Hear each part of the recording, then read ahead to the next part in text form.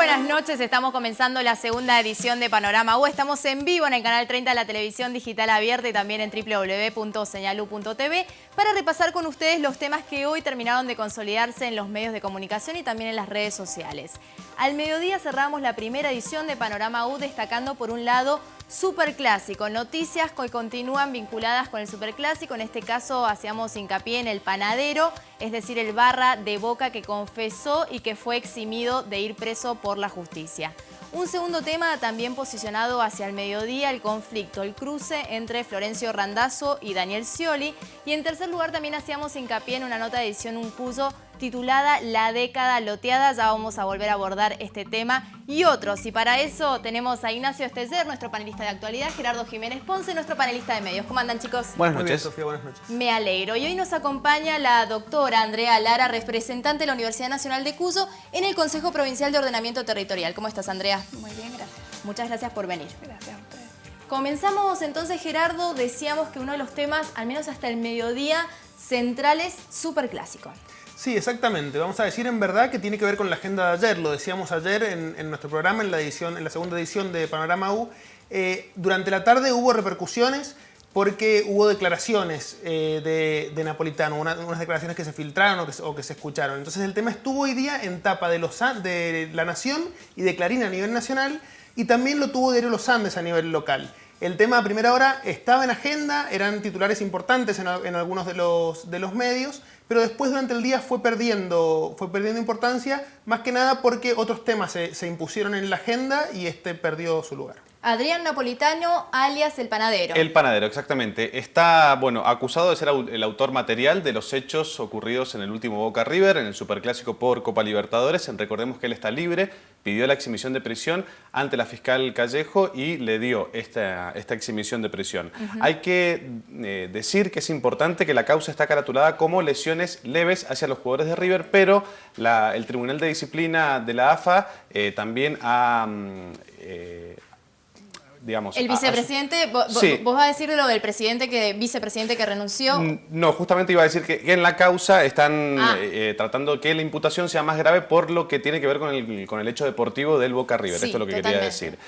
Hoy habló Arruabarrena, esto es muy importante porque realmente cambió el discurso del técnico de Boca teniendo en cuenta lo que había dicho post partido. Él dijo que el fallo de la Confederación Sudamericana no fue justo. Él dijo que los partidos se ganan y se pierden dentro de la cancha. Esto generó mucha repercusión en las redes sociales, muchos periodistas deportivos realmente criticaron y mucho a Arruabarrena. Vamos a repasar algunos tweets que se vieron hoy en las redes sociales. Explotó realmente la red social. Por ejemplo, estamos viendo que Diego Fuchs, que es el Chavo Fuchs, que es un referente del periodismo deportivo, dijo si Arruabarrena hubiese dicho esto inmediatamente después de suspendido el partido, capaz que lo hubiera entendido casi una semana después. También dijo que Daniel Arcucci, por ejemplo, también tuiteó muchas horas de reflexión para decir cosas irreflexivas, #Arruabarrena. Román Luch también tuiteó y dijo el vasco se alinea con Angelici y cambia el discurso por el fallo, de aceptación y acatamiento a crítica y apelación en solo 4 días. Muy triste lo de Arruabarrena, muchas críticas por parte del periodismo deportivo. Seguramente van a seguir saliendo noticias vinculadas con este tema porque la verdad que ha movilizado mucho al fútbol y también a la política, ¿no? Absolutamente, sí, por la relación dirigentes y políticos con los barras bravas. Antes de seguir repasando los temas, estamos en comunicación telefónica con el director de Señalu del canal de televisión de la Universidad Nacional de Cuyo, Mariano Sosa, que se encuentra en Europa disfrutando, yo diría, de lo que es la edición número 68 del Festival Cannes, el Festival de Cine y Arte Audiovisual. Mariano, ¿me escuchás? ¿Cómo estás? Bien, te escucho muy bien, Sofía. Es un gusto estar conectado nuevamente con ustedes y como vos decías, sí estoy disfrutando, pero también uno un poco lo sufre porque empieza desde las 8 muy tempranito en la mañana viendo las películas, ahora es la 1 de la mañana un poco más y seguimos todavía aquí en la Maratón de Cine. Contanos un poco qué has estado viviendo en estos días, ya que estamos próximos a que culmine el festival.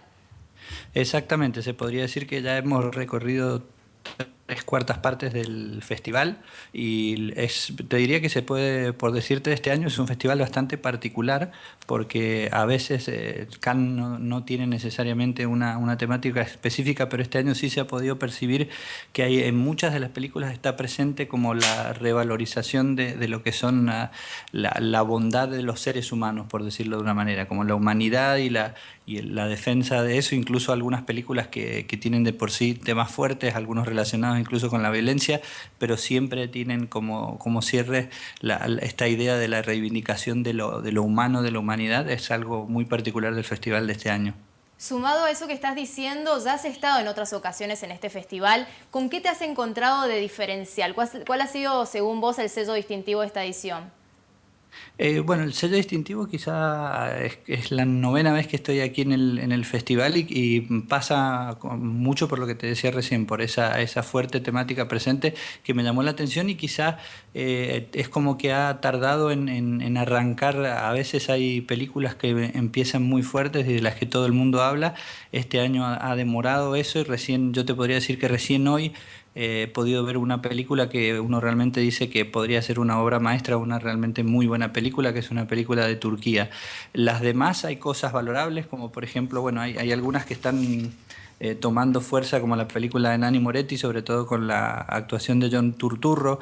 Después hay una película de Hungría también que está muy fuerte y la película donde actúa Kate Blanchett, Carol, es como la tercera, digamos, que está en cuestión, pero ha venido como despacito, no ha habido demasiado ruido, ha sido como un festival tranquilo, para decirte algo en particular. De todos modos, nosotros tenemos muchas expectativas porque, como sabrás, hemos estado entrevistando a la mayoría de los realizadores latinoamericanos que seguramente pronto podrán ver las entrevistas allí por Señalú, y estuvimos hablando con la gente de Radio Universidad, y todavía queda la gran presencia latinoamericana, que es Michel Franco, que va a estar en la competición oficial, así que todavía hay esperanza que esa película, por ejemplo, que logre mover el tablero, por decirlo de una manera. De alguna manera, para quienes no conocen mucho de qué se trata el festival, aquí es donde se cocina algunas cuestiones del arte audiovisual, se conocen estrenos. ¿Qué es lo que puedes comentarnos respecto de esto? Sí, es muy acertado lo que mencionás, porque yo creo que no es menor, o uno se tiene que animar a decir que quizá el Festival de Cannes es el festival que marca el ritmo del cine a nivel mundial. No lo hace, digamos, de la manera quizá comercial, como pueden ser los Oscar, que marcan obviamente las tendencias seguramente de taquilla y de ventas de las películas, pero sí de prácticamente la agenda de cómo se va a mover el cine durante el año está muy marcada a nivel internacional por Cannes, porque sobre todo a veces permite la idea de la exploración. Por ejemplo, bueno, ahora a la noche estaba el estreno de la película de Gaspar Noé, después una película china que básicamente recorría toda la evolución de la historia china de una manera muy particular, manejando estéticas de películas de los 90 clásicas y muy modernas, casi futuristas, recorriendo toda la evolución y el acercamiento de China a Occidente, y es prácticamente un experimento. Entonces, en ese sentido, como el festival permite ver cine de todo el mundo, que se conozca también en todo el mundo los cines diversos, a veces películas muy pequeñitas. Hoy uno de los colegas críticos de cine de España me hablaba de una película de Etiopía, si no me equivoco, que era una película muy pequeñita pero realmente maravillosa, y lo que sucede es que a veces la presencia sola de eso en el festival, hoy cuando comentaba con la radio, por ejemplo, una película se estrenó aquí y al otro día ya estaba vendida en 26 territorios internacionales. Claro, un número. Entonces creo que en ese sentido... ¿Qué? Un número impactante, cómo llega el festival a todo el territorio del universo, de Mendoza, Argentina, pero de países, de continentes. Es increíble el alcance. Un poquito, si puedes reiterármela. No, me decías, sigamos, dada la comunicación, vos estás en Europa, nosotros en Argentina, seguime contando con qué se va a encontrar ahora la gente, con qué te vas a encontrar vos en estos últimos días del festival, Mariano. Y en los últimos días ya como que se empieza a ver si se consolidan las predicciones y se mueve mucho, por ejemplo, lo que es el boca en boca. Por ejemplo, lo que te decía la película hoy que tuve la ocasión de ver, la película turca, que también ha tenido eso destacado en este año en el festival, mucha presencia del cine dirigido por mujeres y con historias muy relacionadas y con mujeres muy fuertes. La película turca habla de 5 hermanas que no se quedan sin familia y básicamente ellas comandan su propia vida. Y justamente de esa película uno se entera a veces por el boca en boca de una persona. Yo creo que justamente ahora el festival está entrando en esa etapa, en la etapa de que ya se han visto mucha cantidad de películas y ya empiezan a marcarse las tendencias, y esperar al domingo cuando viene la premiación a ver si se consolida. Y también Lo que sí, como habíamos comentado en otra oportunidad, existe la gran parte del festival que es el mercado, que tiene que ver más con la compra y venta de los contenidos, y esa parte ya ha empezado a desinflarse un poco, porque ya, digamos, se compran los derechos, se venden las películas, eso se desinfla, pero crece la expectativa a nivel de la prensa para entrevistar a los favoritos. Bueno, la verdad un placer que estés allá, que nos estés transmitiendo todo esto y seguramente vamos a compartir aquí en Señal U más material. ¿Algo más que nos quieras comentar, con lo que nos quieras deleitar antes de despedirte? Sí, prepararlos para lo que viene en la pantalla precisamente de Señal U, porque hemos entrevistado a prácticamente todos los realizadores latinoamericanos. Tenemos entrevistas exclusivas con ellos que las van a ver seguramente en estos días en el canal, y además una sección a la que yo le tengo mucho cariño y que tiene que ver mucho con la Universidad Nacional de Cuyo, que es la Cinefundación, que es la sección del festival en la que participan los estudiantes de escuelas de cine. Estuvimos entrevistando al único participante argentino que está en esa sección, y también vamos a acercarle mucho de eso para que la gente, los estudiantes y la gente de la universidad también conozcan, y por qué no en próximos años empecemos a contar material quizá creado por gente de nuestra universidad participando aquí en el festival. Mariano, muchísimas gracias, que sigas trabajando, pero también disfrutando, porque la verdad que estás en una usina de arte. Muchísimas gracias por este contacto telefónico y seguramente vamos a seguir hablando en los próximos días. Continuamos. Bueno, muchísimas gracias y saludos ahí a todo el equipo del canal. Un abrazo grande desde acá. Gracias, Mariano. Chau, chau. Continuamos ahora, Gerardo, destacando también otra noticia que decíamos del mediodía. Florencio Randazzo versus, se puede decir, Daniel Scioli. Sí, bueno, el tema ha estado en agenda en este último tiempo en los medios nacionales. No había tenido tanta repercusión quizá en los medios locales. Pero vamos a decir que anoche estuvo en Animales Sueltos Karina Rabolini, y a raíz de una entrevista bastante extensa que salía en este medio, en la que ella repudiaba y lloraba unas críticas, y lloraba, digamos, a raíz de unas críticas que había hecho Florencio Randazzo a Daniel Scioli. Scioli se había referido al kirchnerismo manco, y estas declaraciones habían tenido alguna repercusión ya en los medios nacionales, porque la tomaban como una burla directamente a Scioli. Esta información, como te digo, estuvo en los medios locales, estuvo sobre todo en los medios nacionales. En los medios locales salió un poco, pero no tuvo tanta repercusión. Empezó a tener repercusión a partir de declaraciones hoy día de la presidenta en un acto en el que estuvo y habló y se refirió al tema. ¿Hacia la tarde qué sucedió? Hacia la tarde, exactamente, había portadas de diarios nacionales. Ahí vemos Diario Los Andes, que titulaba: Cristina encabezó un acto con Randazzo luego de la metida de pata con Scioli y habló de bombardeo mediático. También Diario 1 titulaba: Cristina Kirchner le pidió a los dirigentes que tiren ideas y no hagan pantomimas. Es decir, tomaba algunas otras declaraciones que había hecho la presidenta en este acto. Y también es interesante que el gobernador de la provincia, Francisco Pérez, también se refirió a esto, y Sitio Andino titulaba con las declaraciones de Pérez, donde él decía que las declaraciones de Randazzo son desafortunadas. Ignacio. Bueno, contextualizamos lo que dijo Florencio Randazzo, quien es su precandidato a presidente por el Frente para la Victoria. Bueno, él de alguna manera imitó a Daniel Scioli en su participación en Bailando por un Sueño, en Showmatch, en donde lo imitó en un homenaje que se le hizo allí en Carta Abierta a Florencio Randazzo, en un acto de todos los intelectuales allí afines al kirchnerismo. Y en un momento de su discurso él manifestó que el proyecto queda manco. Esto generó una viralidad impresionante en los medios de comunicación y muchas críticas al respecto. Esto es la contextualización de esta disputa, si se podría decir, entre Florencio Randazzo y el gobernador Daniel Scioli. Hoy la presidenta, contextualizando un poco lo que hablaba Gerardo, en esta promulgación de la ley de reestatización de ferrocarriles que se llevó a cabo en Retiro, estuvo con Florencio Randazzo, la mandataria, y manifestó que todos los hombres y todas las mujeres del proyecto del Frente para la Victoria dejen de hacer pantomimas, dejen de hacer teatro y que se dediquen a proponer ideas al proyecto. En este sentido, bueno, me parece que la lectura que se hace es profundizar sobre lo que había hecho Florencio Randazzo en este acto hacia Carta Abierta. También la presidenta, algo para marcar, criticó mucho a los sindicalistas. Recordemos que estamos en ambiente de paritarias, en donde varios gremios importantes ya acordaron un 27% de aumento salarial con el gobierno, a nivel nacional. Exacto. Así que es lo importante para destacar del discurso de la presidenta de hoy. Gerardo, hoy al mediodía hacíamos importante hincapié en una nota de Edición Uncuyo, la década loteada. Exactamente, titulaba Edición Uncuyo, la década loteada, un mapa de los barrios cerrados de Mendoza.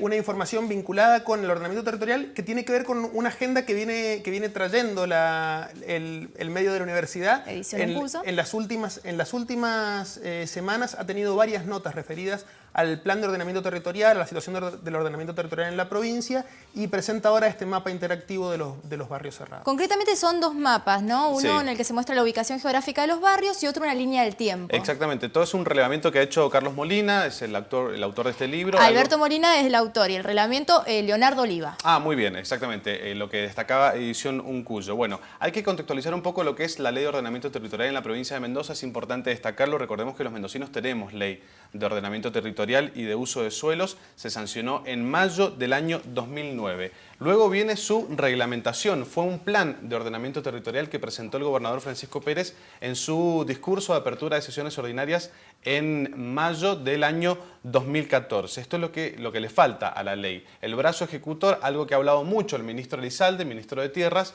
para que se lleve a cabo. Lo que dice edición Uncuyo, lo que dice el libro, que es muy interesante, es el crecimiento, la urbanización sobre tierras productivas en la provincia de Mendoza. Más de 300 barrios cerrados en el Gran Mendoza nos deja por debajo a los mendocinos del Gran Buenos Aires. Una situación crítica teniendo en cuenta que dentro de lo que es todo el territorio de la provincia de Mendoza, el 5% solo es cultivable. Y esto es crítico teniendo en cuenta el crecimiento de los barrios privados y de la urbanización en este sentido. Hagamos un poco, Andrea, de repaso. Decía Ignacio, en el 2009 fue sancionada la Ley de Ordenamiento Territorial. Exactamente. Se dice que no fue reglamentada. ¿Está bien o está mal utilizado el término reglamentada? esta ley? Yo primero destaco que Sí. el impulso a la sanción de esa ley tuvo como protagonista a la Universidad Nacional de Cuyo y a sus especialistas, esto hay que decirlo, que está muy comprometida con todo este proceso desde antes de iniciarse, porque digamos a través de sus autoridades es que se quiso impulsar cuando todavía no se hablaba de esto y por eso digamos podemos hacer posta, por así decirlo, a nivel nacional. En ese momento era María Victoria Gómez de Erice la Exactamente, rectora de la universidad. Exactamente. Es una ley rara, la ley de ordenamiento, porque no exige una reglamentación en sentido estricto, requiere una implementación y como bien decía tu colega, necesita ser implementada. Y la implementación esencialmente se logra a partir del plan provincial que tiene, según la ley, que establecer criterios para que los municipios puedan hacer sus planes municipales de ordenamiento territorial. Este es el gran desafío del plan, establecer esos criterios con claridad, con uniformidad, con homogeneidad, porque la verdad uno de los problemas que tiene el ordenamiento en Mendoza es que se ha producido desordenadamente y cada municipio lo ha manejado, digamos, en la órbita de sus competencias, porque no había una norma rectora a nivel provincial que pusiera justamente uniformidad. ¿Hay algún ítem que haga referencia justamente a lo que es la expansión, la proliferación de urbanizaciones cerradas? Lamentablemente, a pesar de ser un reclamo, digamos, constante de parte de la población, que se puso de manifiesto en la audiencia pública de modo reiterado, el plan que fue enviado a la legislatura no contiene ninguna mención a esta problemática. De alguna manera, desde la universidad los especialistas destacamos que un plan que además va a tener una vigencia de 30 años, tiene que ser un plan útil. Claro, cualquiera que nos está mirando debe decir por qué un plan de ordenamiento territorial no posee ninguna normativa, ningún punto referido a lo que es ordenar las urbanizaciones cerradas. Exacto. Bueno, hay dos puntos que hay que destacar y, digamos, la universidad está comprometida con esos dos puntos que son claves para cambiar un poco la situación en la que estamos. Una es la descoordinación en la gestión territorial. Ahí justamente la visión municipal hace meta. Y el otro punto es poner criterios que permitan frenar el crecimiento desordenado de las urbanizaciones privadas. Doy un ejemplo básico. Sí. En lo primero que nos tenemos que poner de acuerdo es qué es urbano y qué es rural en la provincia de Mendoza. No está claro actualmente, no hay está límites. claro. Cada municipio lo establece conforme a su criterio y esto obviamente atenta contra cualquier protección que se quiera hacer de lo rural. También es importante destacar que hay una zona que los especialistas, los geógrafos denominan de diversas maneras, que es la zona intermedia de crecimiento o de tensión, de avance de lo urbano sobre lo rural, que es donde está el verdadero desafío, digamos, en esa zona que es muy importante que quede establecida, a ver, no porque el plan trace la línea, sino porque el plan tiene que decir cómo los municipios tienen que trazar esa línea. Y ese criterio debe ser uniforme, porque si no, evidentemente, compiten entre sí y nadie tiene un estímulo real para hacer las cosas como corresponde. Andrea, enseguida seguimos conversando. Recuerden que ustedes pueden opinar acerca de estos temas y aquellos que hoy no se están planteando en los medios de comunicación y en las redes sociales. Para eso, nuestro Facebook Señalú, nuestra web www.señalu.tv y también nuestro Twitter @senalutv, en este caso con N, @senalutv. Corte, ya volvemos.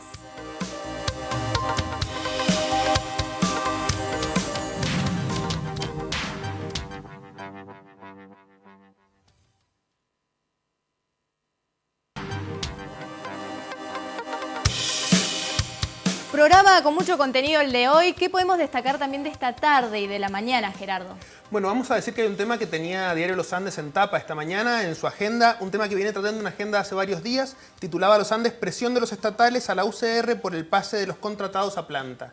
Este mismo tema, esta controversia dada entre los legisladores de la UCR y el acuerdo paritario firmado por el gobierno con los estatales, estuvo también en las radios, hubo algunas entrevistas a algunos referentes de la UCR y referentes gremiales en las radios, y también hubo un seguimiento desde la televisión a una marcha que hacían los estatales reclamando para que se les permita pasar a planta. Referido a esto, hubo algunas actualizaciones en la tarde. Diario 1 a las 17 titulaba «La UCR volvió a apuntarle a un acuerdo político entre el gobierno de Pérez con Blas para sumar ñoquis al Estado». Y Sitio Andino decía que la UCR denuncia maniobras fraudulentas del gobierno en los pases a planta. Los dos hacían hincapié justamente en la denuncia de la UCR de maniobras fraudulentas. ¿Ampliamos? Bueno, fue un comunicado extenso que emitió la UCR en su totalidad, diputados, senadores, firmado por Sergio Pinto, el titular del partido, y de todo el arco opositor. A ver, ¿qué es lo que dijeron? Básicamente lo que decía Gerardo y lo que titulaban los diarios. Maniobras fraudulentas para ingresar militantes de la Cámpora, amigos de políticos, exfuncionarios, familiares, amigos del poder, todos a planta permanente del Estado. Esto es lo que dice, y con estas terminologías, es lo que dice el comunicado de la Unión Cívica Radical. También nombran a Raquel Blas y continúa la disputa entre UCR y gremios. Hablan de un acuerdo entre la sindicalista y el gobierno en el pase a planta permanente, que todavía no se sabe. También hace un pedido de cuántas personas son las que han ingresado ahora al Estado. Vamos a ver qué pasa con eso. Absolutamente. Uno de los puntos, Andrea, también de esta nota de edición, un curso que mencionábamos, la década loteada, hacía referencia al avance de las urbanizaciones sobre tierras cultivadas. Y otra nota en la que vos también has escrito y has brindado tus conocimientos, decías que el 5% de la superficie de Mendoza solamente es cultivable. Son números para cotejar, para pensar, ¿no? Sí, totalmente. No hay mucha conciencia por ahí en la población de que Mendoza es un desierto y que el oasis alcanza ni siquiera el 5%, es un poco menos. ¿Un poco menos? Un poco menos. Y bueno, este es el desafío que tenemos. Por eso, el grave problema es el avance sobre las tierras productivas, el avance desordenado sobre las tierras productivas. Digo, lo que hay que hacer es ordenar esto. Este crecimiento se debe además a un diseño jurídico, institucional que existe en la provincia de Mendoza y hace que sea la provincia donde mayor cantidad de urbanizaciones de este tipo existen. La gente no sabe que no es lo mismo un barrio privado que un barrio cerrado y que Mendoza es la única provincia del país donde existen barrios que no son privados, que son cerrados. ¿Y cuál sería la característica del barrio cerrado? La característica del barrio cerrado es que sus calles son públicas, han sido donados a los municipios y tienen ordenanzas municipales que los habilitan a restringir el acceso. Esto es así como consecuencia de una normativa anacrónica que existe en la provincia de Mendoza y que nos está rigiendo hace más de 30 años, sobre la que todavía no se pone el foco. El proyecto que tiene la universidad a partir del trabajo de los especialistas en un equipo que yo integro propone echar luz sobre esta problemática para finalmente dar las definiciones que permitan avanzar en una normativa acorde a la realidad. Bien, nos vamos al último corte. Cuando regresemos, el cierre y la conclusión final de Panorama U, segunda edición.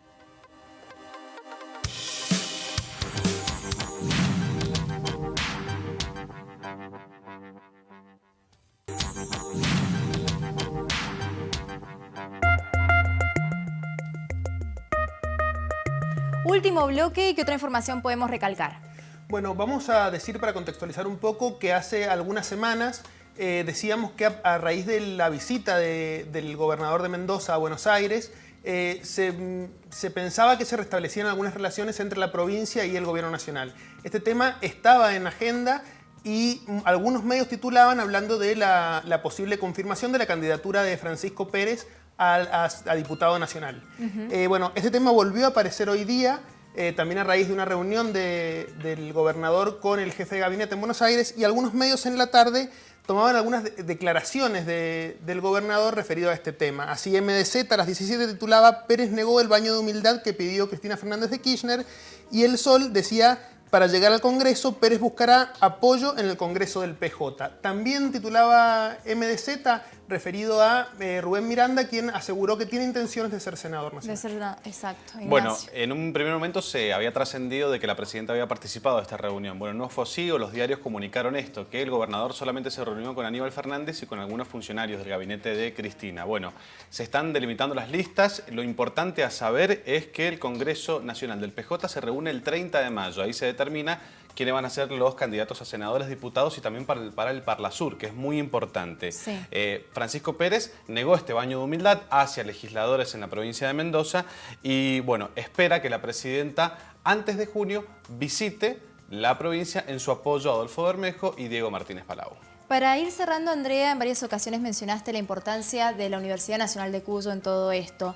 ¿Cómo sigue? ¿Cómo se puede avanzar ahora con el plan de ordenamiento territorial y con la ley? El plan presentado tiene falencias, según lo entendemos. Es perfectible, digo, puede ser mejorado. Esto también ha sido reconocido por el propio ministro.